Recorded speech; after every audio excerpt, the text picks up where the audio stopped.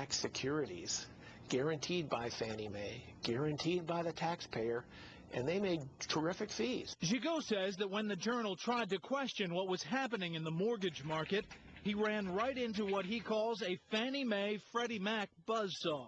I just remember one episode regarding the former CEO of Countrywide Financial, Angelo Mazzillo, and he got right into my face and started yelling at me and said, "You don't know what you're talking about. You don't understand the mortgage markets. You're in the pocket of the competitors of Fannie Mae and Freddie Mac," and went on like that for a while. So it is an illustration of the degree to which people who were part of this mania didn't want anybody to say, "Are you sure this is the right way to go?"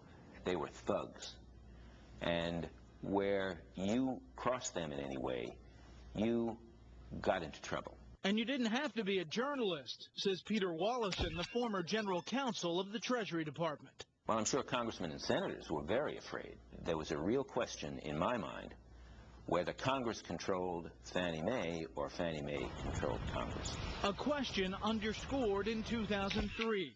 The Bush administration nevertheless decided to take on the mortgage giants.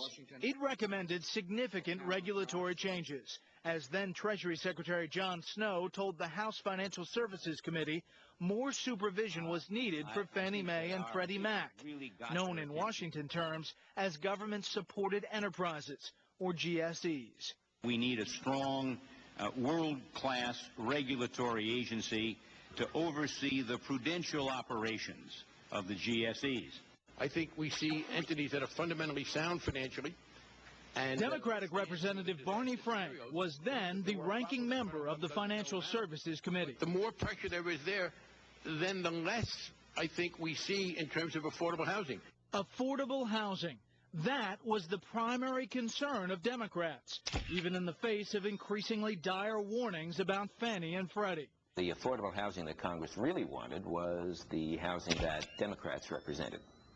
And when Fannie and Freddie supported affordable housing by buying subprime and similar kinds of weak loans, they got a lot of political support from Congress. In the meantime, Fannie Mae and Freddie Mac had begun cooking their books. That made the situation seem less risky than it actually was. It also allowed Fannie and Freddie executives to keep pocketing huge bonuses for their lending efforts. They were finally caught in 2004. Fannie Mae Chairman Franklin Raines, who had been appointed by President Clinton, stepped down. The Security and Exchange Commission is still investigating the accounting issues. The accounting scandals were very important because what they did was convince some people, and some important people, that these were companies that really had to be watched. They were a threat. And one of those important people was the chairman of the Federal Reserve Board, Alan Greenspan.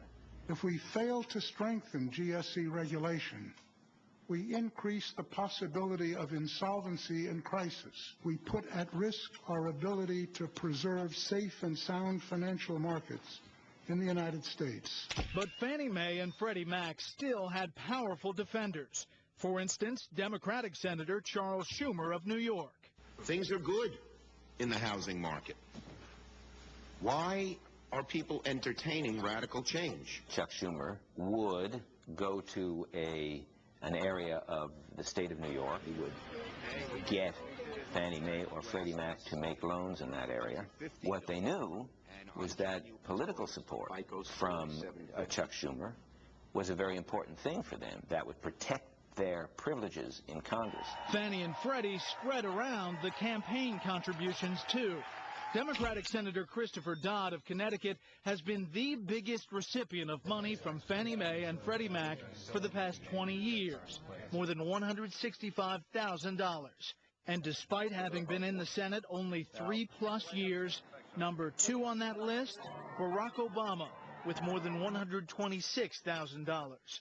The Republican who got the most donations, Utah Senator Robert Bennett, just under $108,000.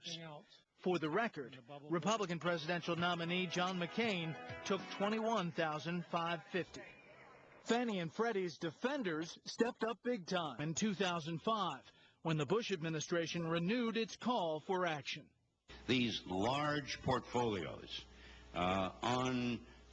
unchecked in their growth over the last decade or so, pose a real problem. The Senate Banking Committee adopted strong legislation which would have stopped Fannie and Freddie from acquiring these bad mortgages.